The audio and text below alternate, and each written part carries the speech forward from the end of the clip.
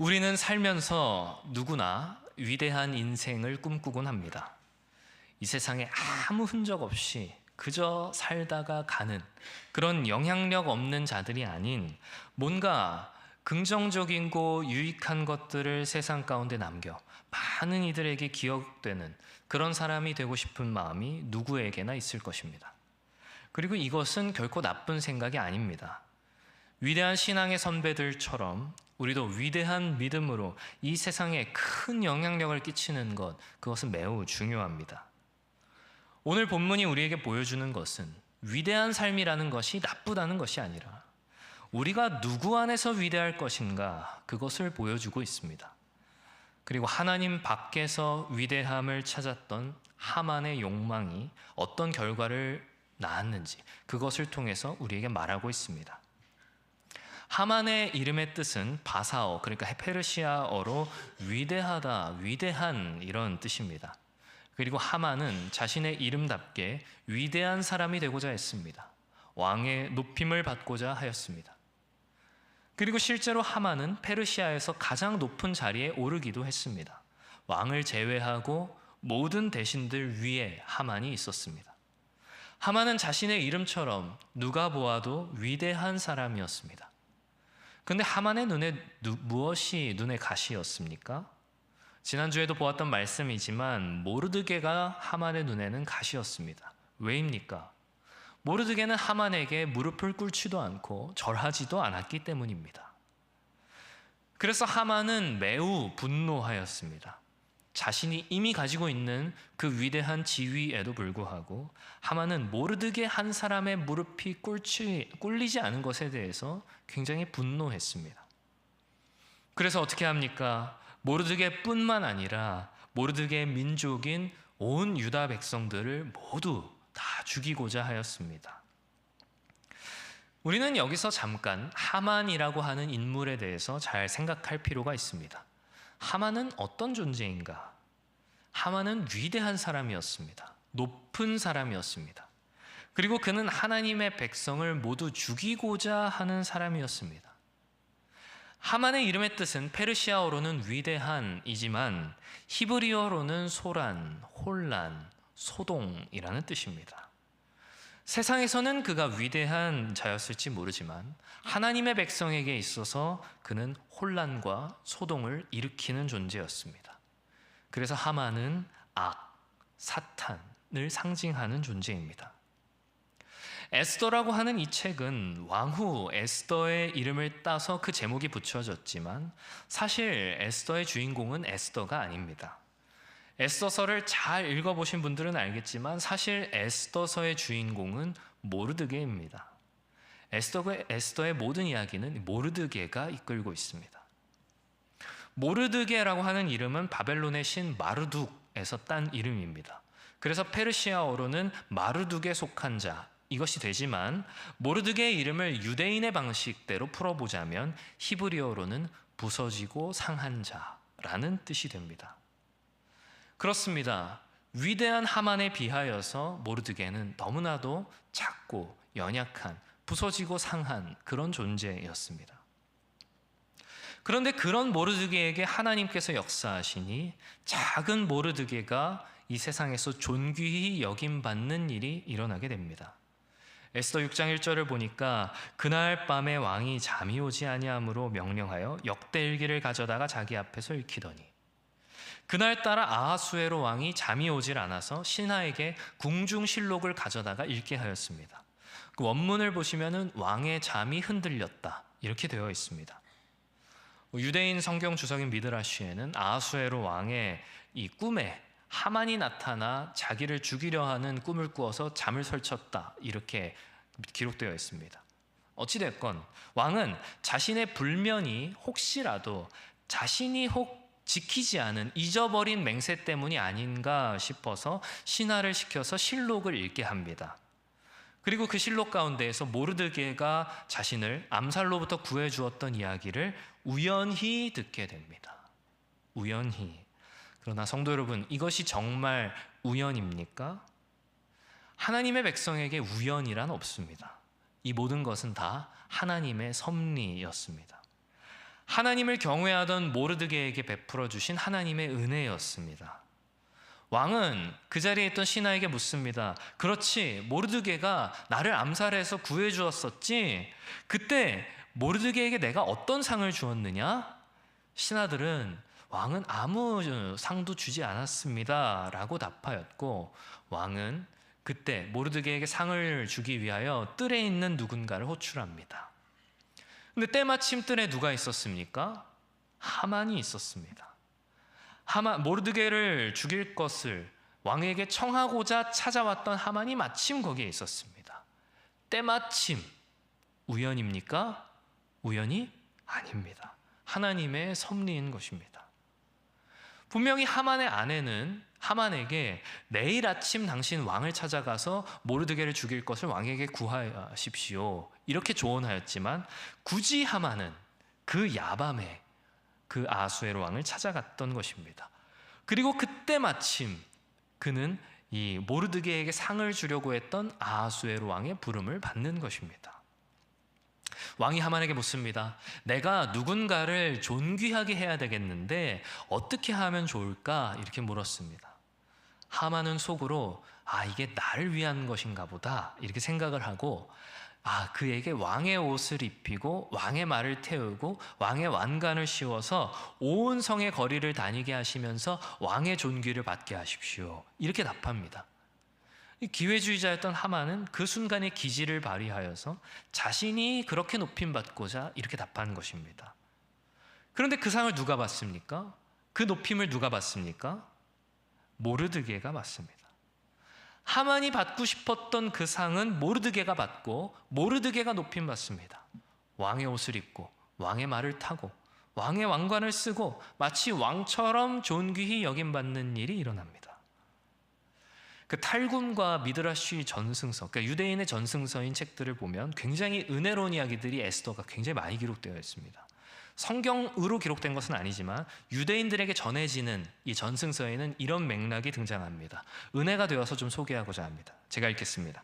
모르드게는 왕의 높임을 받고 대궐문으로 돌아와 기도하기 위해 이스라엘 백성들을 모았다. 그리고 말했다. 내가 왕의 목숨을 구한 대가로 왕의 법령을 취소해달라 부탁하려 하였는데 이미 내가 이렇게 상을 받아버렸으니 기회는 사라져버렸습니다. 이제 하만에게서 우리가 구원받는 길은 오직 하나님을 의지하는 수밖에 없습니다. 이것이 실제로 모르드게가 한 말인지 아닌지 우리는 알 수 없지만, 정말 유다 백성들이 이 상황에서 살아남을 수 있는 길은 정말 하나님의 도우심밖에는 없었습니다. 그리고 하나님께서 그때, 바로 그때 일하십니다. 왕이 하만과 함께 에스더의 잔치에 참여합니다. 그리고 술을 마시던 중 아하수에로 왕이 갑작스럽게 에스더에게 소원을 하나 들어주겠다 이렇게 이야기하는 것입니다. 그리고 에스더는 왕에게 소원을 구합니다. 어떤 소원입니까? 4절 보시면 나와 내 민족이 팔려서 죽게 되었으니 나와 내 민족을 살려주십시오 라고 하는 간청입니다. 아니, 세상에 왕후인 에스더를 죽일 수 있는 사람이 누가 있겠습니까? 그런데 에스더의 이 말은 틀린 말은 아니었습니다. 왜냐하면 하만은 정말 유대인들을 다 진멸할 계획을 가지고 있었기 때문입니다. 아달월 13일이 되면 그 일이 시행될 것이었습니다.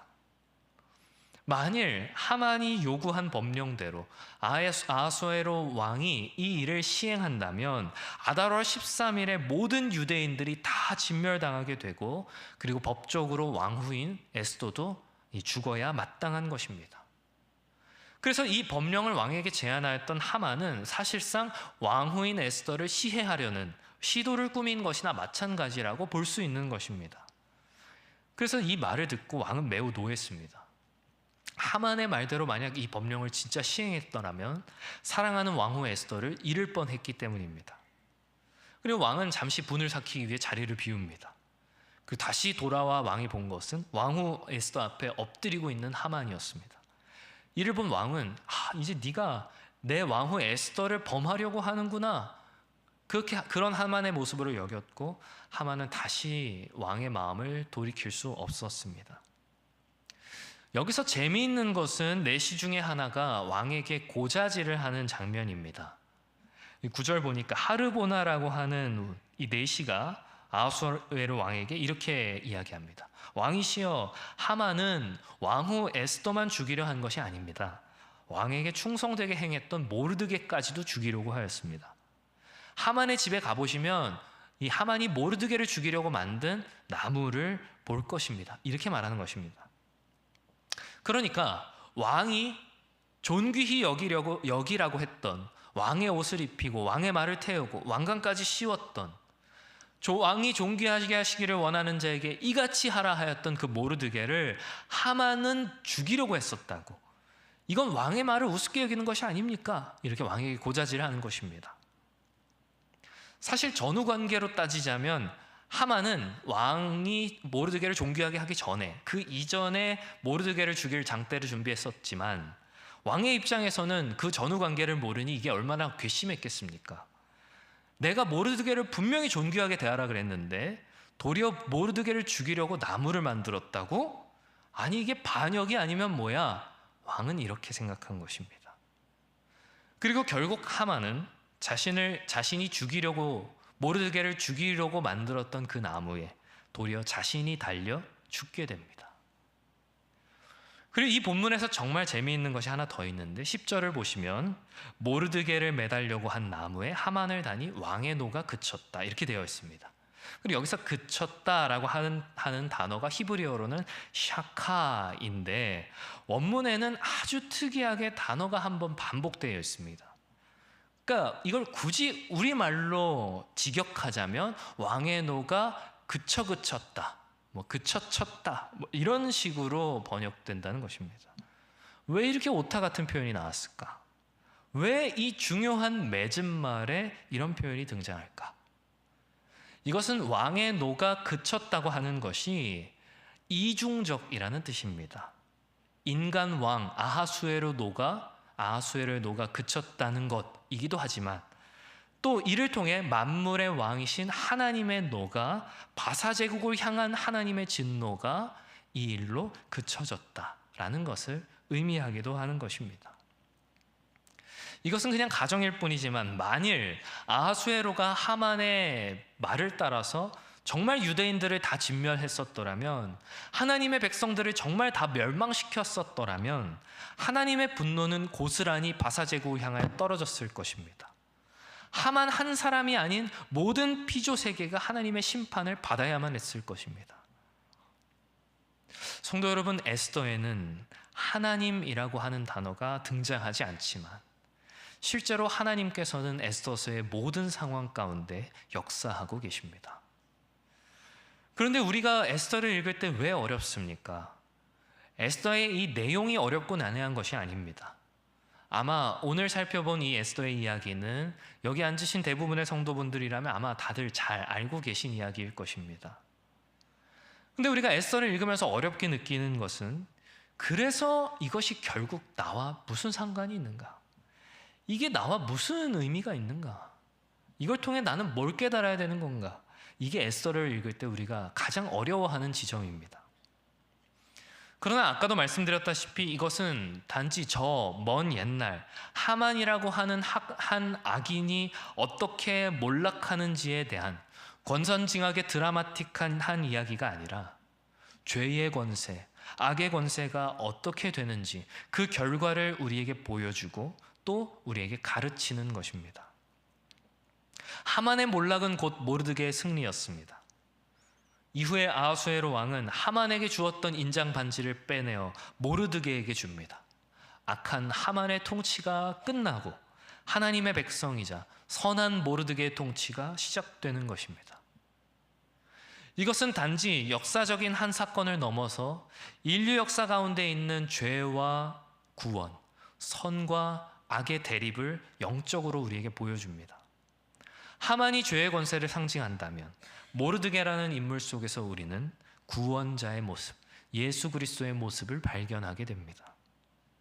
모르드게를 죽이려고 만들었던 나무에 하만 자신이 달려 죽게 되는 장면은, 죄의 권세는 하나님의 아들을 정죄하고 못 박아 죽이려고 하였지만 도리어 죄의 권세가 죽임당하게 되는, 정죄당하게 되는 갈보리의 십자가를 우리에게 보여줍니다. 위대한 이름의 하만은 패배하고 부서지고 상한 모르드게가 승리하는 놀라운 십자가의 역설을 우리에게 보여주는 것입니다.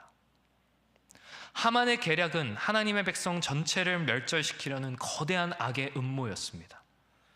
그러나 모르드게 한 사람을 통하여 이스라엘 백성, 유다 백성 전체가 구원받았던 것처럼 예수 그리스도의 구원 사역은 단순히 한 개인의 구원을 넘어 하나님의 백성 전체, 나아가 온 인류를 향한 우주적 구원을 이루었습니다.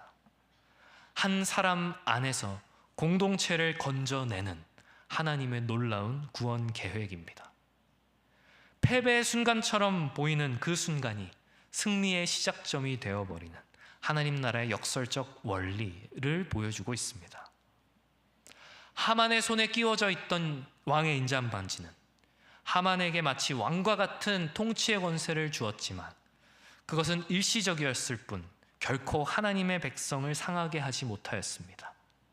죽일 것처럼 협박하였고 죽일 것 같은 두려움을 주었지만 그 계획은 하나님의 섭리와 모르드게의 헌신으로 무너지게 되었습니다. 하만이 죽고 난 뒤 그 인장 반지는 이제 모르드게의 손에 끼워지게 됩니다. 죄의 권세, 사탄의 통치가 끝나고 예수 그리스도께서 마침내 온 만물을 온전히 다스리는 그 날이 올 것임을 우리에게 보여주는 것이기도 합니다.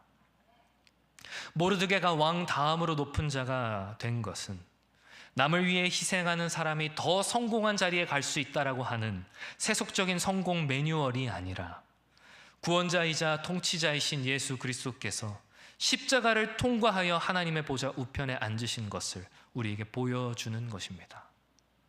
상하고 부서진 이름의 모르드게는 보좌에 앉으신 죽임당한 것 같은 어린 양 되신 우리 주 예수 그리스도를 예표하는 것입니다.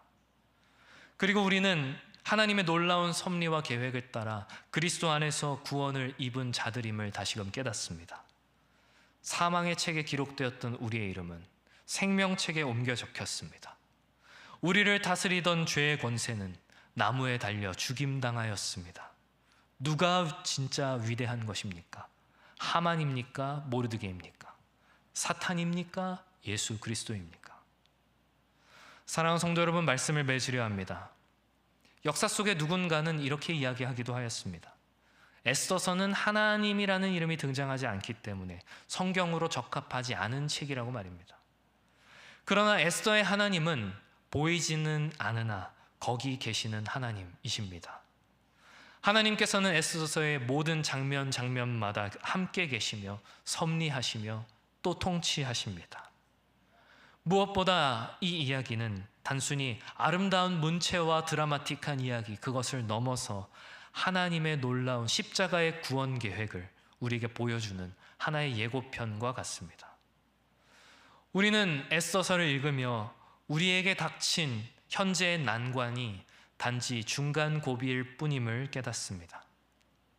오늘 우리의 삶 가운데 우리를 위협하는 수많은 하만들 가운데에서 우리는 우리의 모르드게가 되시는 예수 그리스도를 바라보고 믿고 또 의지할 수 있어야 합니다. 에스더라고 하는 이 책은 역사의 모래사장에 남겨진 발자국이지만 동시에 우리가 항해하고 있는 인생의 바닷길이기도 하며 마침내 우리가 도착할 보물섬의 지도이기도 합니다.